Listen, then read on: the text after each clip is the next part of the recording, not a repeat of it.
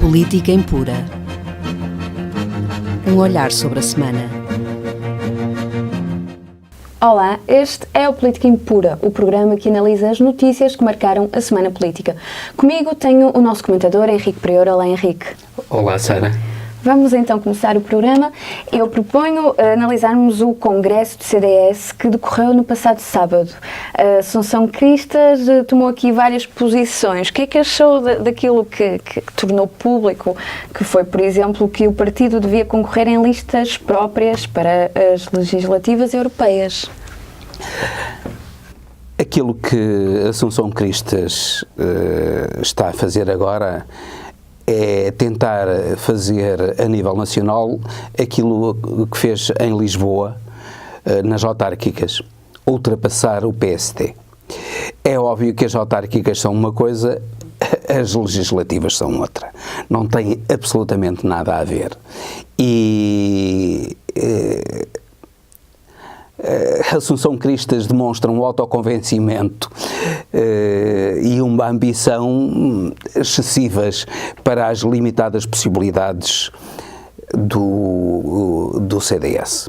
Reparemos que o CDS, a nível autárquico, tem cerca de 3% dos votos a nível nacional. Pouco expressivo. E para que qualquer partido se afirme a nível nacional, é absolutamente essencial ter uma boa estrutura autárquica que suporte uma campanha a nível nacional. Ora, o CDS não tem isso. Assunção Cristas vale-se da sua juventude, da sua popularidade e de uma invocada capacidade, que já disse que era superior, seria melhor primeiro-ministro que o Rui Rio. Enfim, elogiei em causa própria a vitupério, mas dando isso de barato. A verdade é que o CDS já teve dirigentes notáveis, nomeadamente, por exemplo, Adriano Moreira e Lucas Pires. Eram pessoas de um gabarito intelectual absolutamente reconhecido, que não tem paralelo com o de Assunção Cristas. Contudo, o Cristas está a trazer um novo fulgor para o partido. Sim, simplesmente esse fulgor é um fulgor da juventude que é mais ilusório do que real. Até porque Assunção Cristas não apresentou no Congresso ideias substancialmente novas e diferentes de outros partidos para a cena política. Não apresentou propostas relativamente ao déficit de alternativas, não apresentou propostas relativamente ao crescimento económico alternativas, não apresentou assim nada de substancial, nem e muito menos relativamente à redução das desigualdades gritantes do país. Portanto, nada tendo apresentado substancial, não se vê como é que ela vai ultrapassar Rui Rio. Rui Rio é um indivíduo metódico, trabalha a longo prazo, enquanto que Assunção Cristas é mais imediatista e cria uma ilusão à volta da sua própria pessoa que lhe foi dada, sobretudo, pelos resultados das autárquicas. Ora bem, receio que Assunção Cristas vá ficar muito longe dos objetivos que traçou para si própria. Estou plenamente convencido que, embora não passando a ser o partido do táxi, como já foi em tempos, o CDS irá ver reduzido o seu número de deputados. É certo que Assunção Cristas diz que o concorrer separadamente pode não ser para a direita um mal, porque concorrendo separadamente algumas vezes atingiram um número de deputados superior àquilo que atingiram quando coligados, mas cada eleição é uma eleição e não se pode extrapolar de uma eleição para outra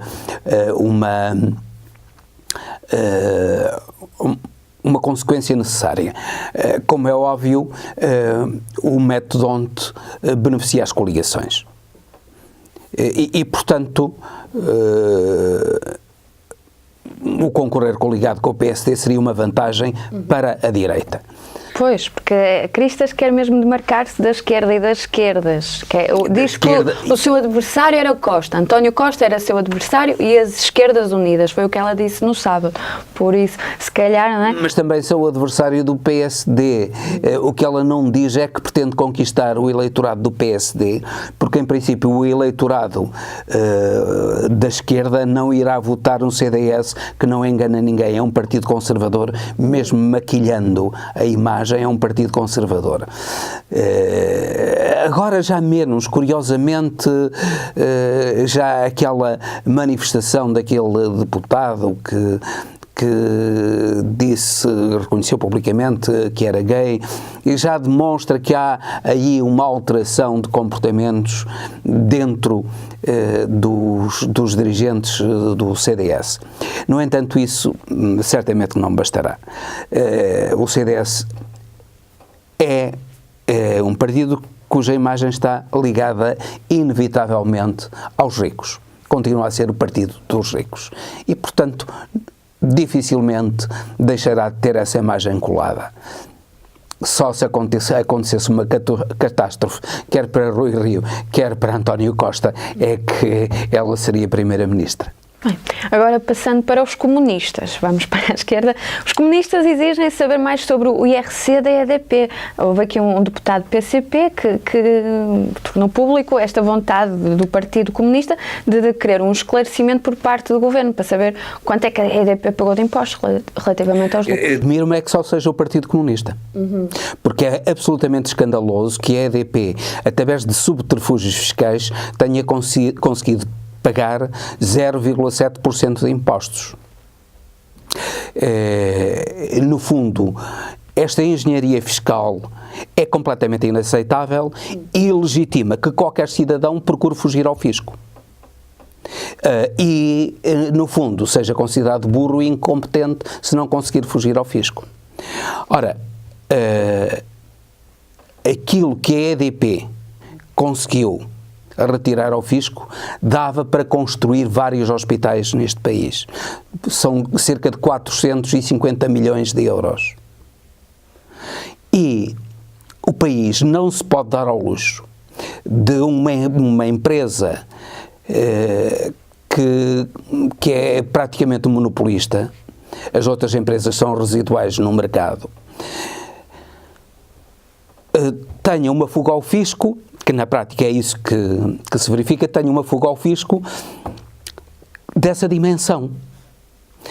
E depois que essa fuga ao fisco implique a exportação de capitais também de enorme dimensão, porque os sócios da EDP maioritários são empresas chinesas,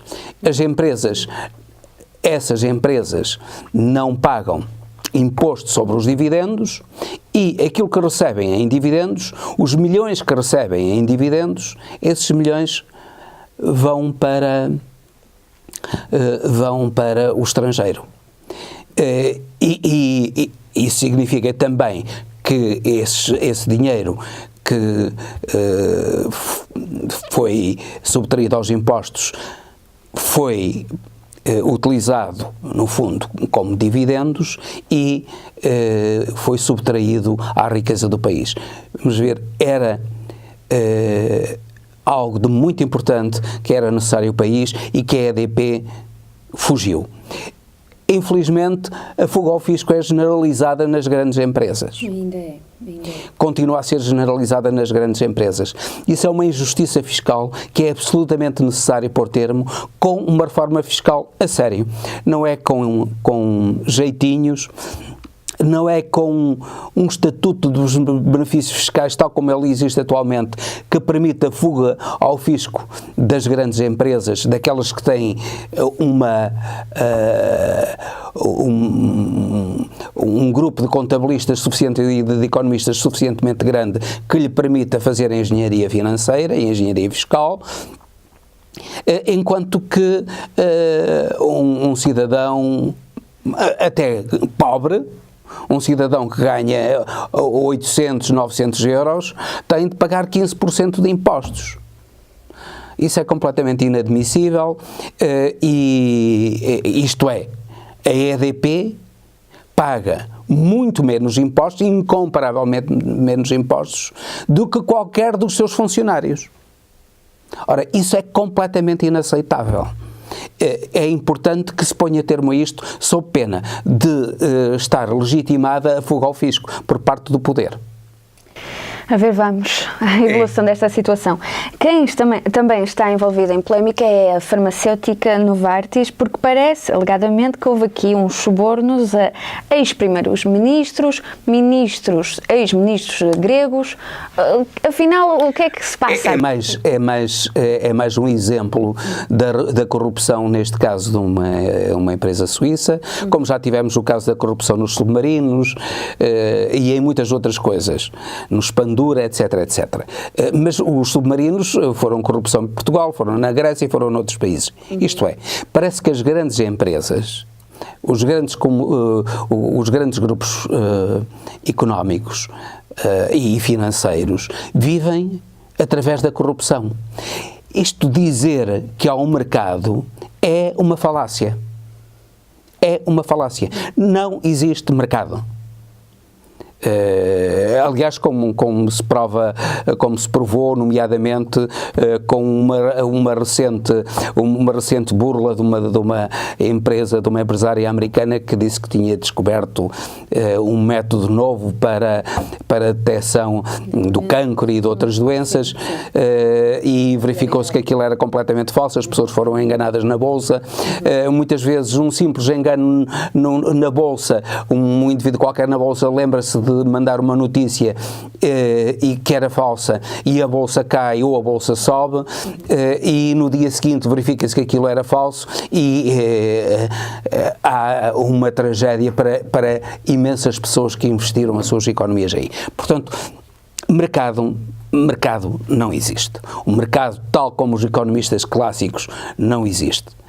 Tal como os economistas clássicos o conceberam, nomeadamente os ingleses e os franceses.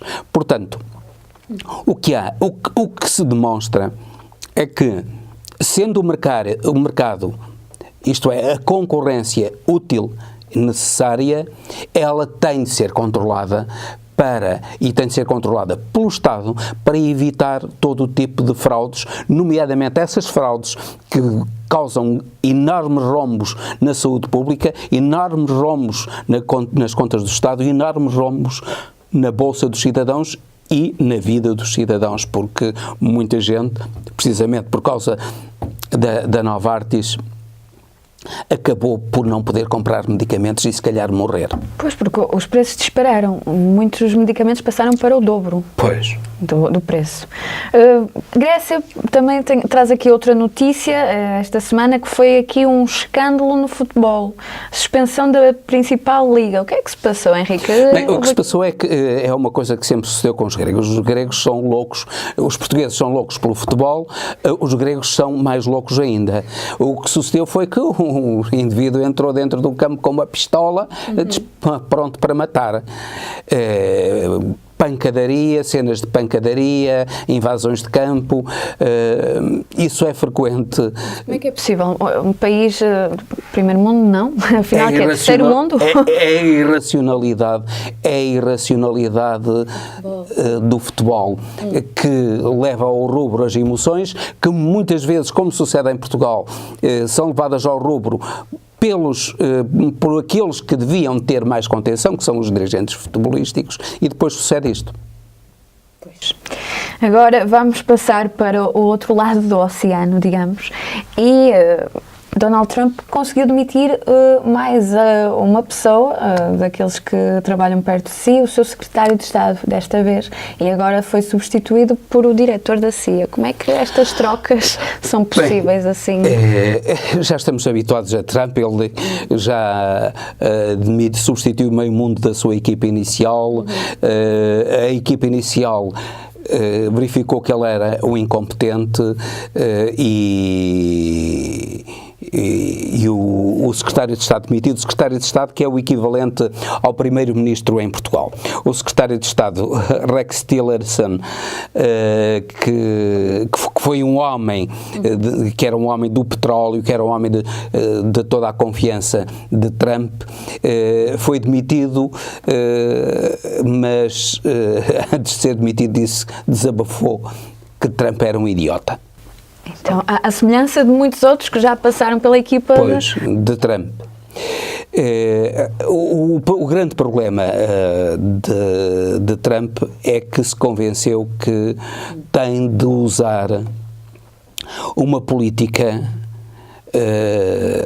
agressiva contra, nomeadamente, a Síria e o Irão.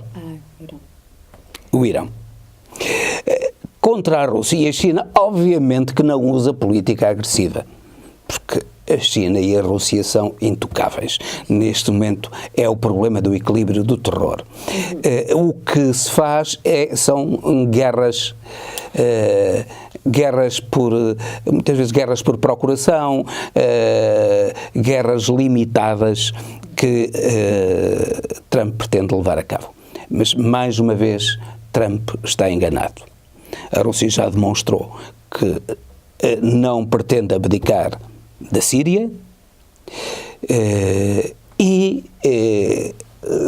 Trump devia ter presente a lição de Obama. É quando começou a guerra na Síria, Obama disse que iria mandar as tropas americanas para a Síria se houvesse armas químicas na Síria. Se o exército sírio, o exército Assad, usasse armas químicas. O exército Assad usou armas químicas e Obama não fez nada. E não fez nada por uma razão muito simples. É que a Rússia disse-lhe para não se meter lá. Ponto final. E isso altera completamente os dados do problema. E a Rússia vai-lhe dizer também para não se meter não só na Síria, como para não se meter no Irão. A Rússia tem ótimas relações com o Irão e o Irão já é militarmente suficientemente forte para enfrentar as Forças Armadas americanas. O Irão não é propriamente a Líbia ou até a Síria ou muito menos a Tunísia ou o Egito. O Irão é um grande país milenar que neste momento tem um regime altamente coeso e aquilo que Trump pretende irá fazer algo de contrário aos interesses americanos e aos interesses mundiais. Irá radicalizar o poder iraniano, que se tornará muito mais fanático, em que a religião irá ter um peso muito maior do que tem neste momento. Vai ser esse o resultado da política de Trump. Isto é, vai-lhe suceder aquilo que sucedeu já aos americanos no Afeganistão.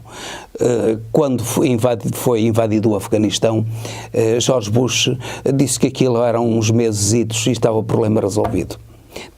Ao fim de estes anos todos, já lá vão 17 anos, os americanos têm a guerra perdida. Pois. E estão a negociar com os talibãs. Eles não percebem, e no Afeganistão o grande problema é que indivíduos como Bush ou como Trump são completamente ignorantes e não conhecem a história. Não sabiam, por exemplo, que Alexandre Magno, quando entrou pelo Afeganistão, percebeu que nunca podia dominar o Afeganistão. Não conseguia porque é um país extremamente montanhoso, com vales montanhas e cavernas nas montanhas, a atravessar as montanhas, absolutamente inacessíveis. Ele perderia o exército dele se metesse numa aventura no Afeganistão. E para chegar à Índia, chegou à Índia, resolveu a coisa diplomaticamente, casando ele próprio com a chefe do com a filha do principal chefe tribal afegão. Foi assim que ele fez. Bush desconhecia essa realidade, pensou que os tempos de hoje lhe permitiriam algo de completamente diferente, enganou-se com uma história e veio a demonstrar, e sofreu uma derrota humilhante como sofreu já no Vietnã. Pois. O Vietnã parece que não lhes ensinou nada. Mas parece que não ensinou nada, não. Agora passando para Theresa May, e também aqui um acontecimento que envolve a Rússia. No fundo, Theresa May anunciou que o governo vai expulsar 23 diplomatas russos depois do incidente... Felizmente. Um incidente de envenenamento. Alguém tem de pôr mão em Putin. Putin é cada vez mais um ditador, um indivíduo extremamente perigoso que não olha a meios para assassinar quem se lhe opõe. Inúmeros jornalistas, particularmente, já foram assassinados às ordens de Putin e é inacreditável que até agora o Ocidente tenha contemporizado tanto com Putin. Felizmente que Theresa May assumiu essa atitude de força. Claro que Putin vai agora retaliar, vai dizer que tudo ele já disse que era uma novela, um conto inventado por Theresa May. Como é óbvio, nós sabemos que tudo aquilo é verdade e que ele no fundo é o mandatário ou o mandante do crime. E é bom que isso suceda. É pena que a União Europeia não reaja em conjunto. É pena que a União Europeia não perceba que para uma atitude destas de Putin que tem de haver também uma atitude de força, não só da Inglaterra, mas da própria União Europeia, que deveria estar solidária com a Inglaterra. Pois, parece que vai ser complicado tomarem essa posição. Vai ser complicado, mas Putin não pode pensar que está em roda livre.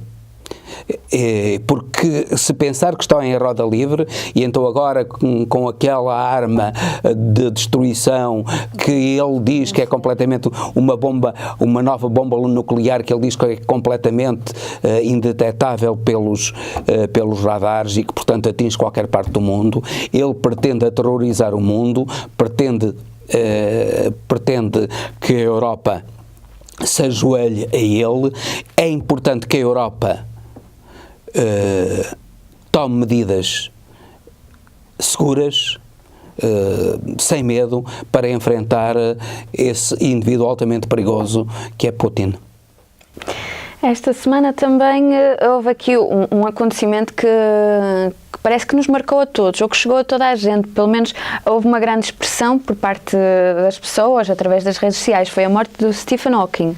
Acho que toda a gente sentia que tinha algo em comum, algo que aprendeu. Que legado, no fundo, é este de Stephen Hawking, que morre aos 76 anos, quando pensavam que ele nunca teria... É um legado absolutamente notável, é um cientista absolutamente notável. Ele ocupou a cadeira de Newton. Ele ocupou a cadeira de Newton e era considerado um dos grandes sábios, um dos grandes génios da humanidade. Outros põem em causa o saber dele. Ele era um indivíduo muito esperançado no futuro da humanidade. Sim. Via a humanidade com grande otimismo. Apesar da doença dele, ele via a humanidade com grande otimismo, e a verdade é que quando se manifestou a doença, cerca dos 25 anos, davam-lhe 2 ou 3 anos de vida. E ele durou 50 quase mais 50 anos de vida. Ela é o exemplo do triunfo da ciência, que neste momento se manifesta em todos os campos a nível mundial. Ele desenvolveu teorias extremamente complexas, desde o funcionamento dos buracos negros, que são zonas do universo com tanta gravidade que são capazes de atrair a própria luz. Desenvolveu teorias de construção do universo, a chamada teoria das cordas, a teoria que ele designou por teoria das cordas, a forma como o universo está construído. Falou pela primeira vez na possibilidade de se viajar no tempo, no espaço-tempo, no fundo, no espaço-tempo, utilizando uma técnica que ele chamou buracos de verme, que era uma forma de, em vez de circundar o espaço-tempo, fazer um buraco para ir de um lado ao outro, como se faz, em vez de circundar a Terra, de metade da Terra, passar de um lado para o outro num buraco. São coisas absolutamente extraordinárias que ele imaginou, que neste momento não têm comprovação. Também grande parte das teses, ou pelo menos a teoria da relatividade, no início não teve comprovação, depois foi comprovada, hoje é absolutamente aceite e talvez no futuro tudo aquilo que Stephen Hawking disse sobre a construção do universo e sobre o otimismo que a humanidade pode ter no sentido de ter um futuro muito melhor em todos os termos, nomeadamente no acabar com a fome, no acabar com a doença e eventualmente até no acabar com a própria morte. Em tudo isso ele pôs como possibilidade, não a longo termo, mas a relativamente curto prazo, tendo em conta que o homem sobre a Terra tem cerca de 70 mil anos apenas, 70 mil anos só, mas que no século XX se progrediu mais, apenas num século se progrediu mais do que todos nos 69 mil anos anteriores. Por último, uma notícia que nos entristece foi a morte da vereadora Marielle Franco. Como é que reagiu? O Brasil é uma tragédia para o próprio Brasil e uma tragédia, de certo modo, sentida por nós, que somos irmãos dos brasileiros, falamos a mesma língua, entendemos-nos muito bem. Parte da história temos em comum. Temos uma história em comum. E, infelizmente, o Brasil está dominado pelos bandidos que chegam ao ponto de matar candidatos a presidentes da República, de matar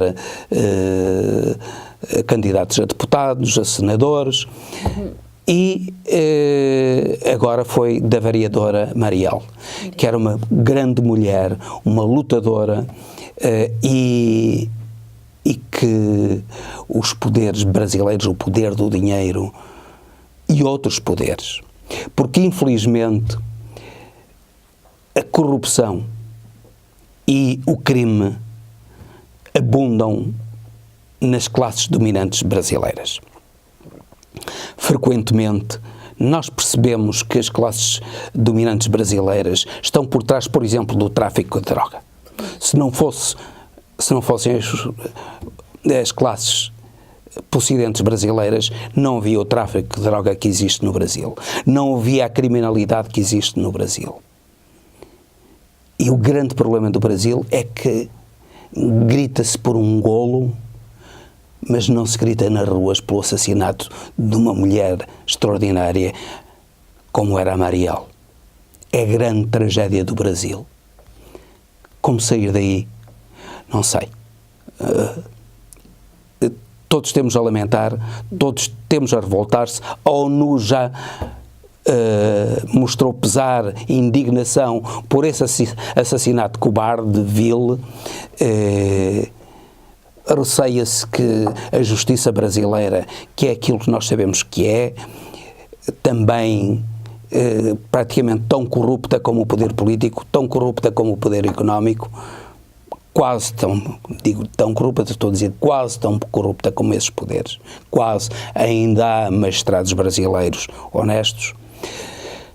Seria demasiado trágico que não houvesse, mas essa justiça receamos que não vá conseguir nada. E, no entanto, certamente que não será muito difícil conseguir saber quem que foram os mandantes do crime. Ou melhor, pelo menos os autores. Pelo menos os autores do crime, porque eles passaram por várias câmaras e seguiram durante bastante tempo a vereadora Marielle e o seu motorista até cometerem o crime. Acabou por morrer também, porque também foi assassinado. Bem, por hoje o nosso programa tem que ficar por aqui. Termina aqui o nosso tempo. Muito obrigada, Henrique, pela sua presença. Obrigado, Sara. E também muito obrigada a si. Até ao próximo Política Impura.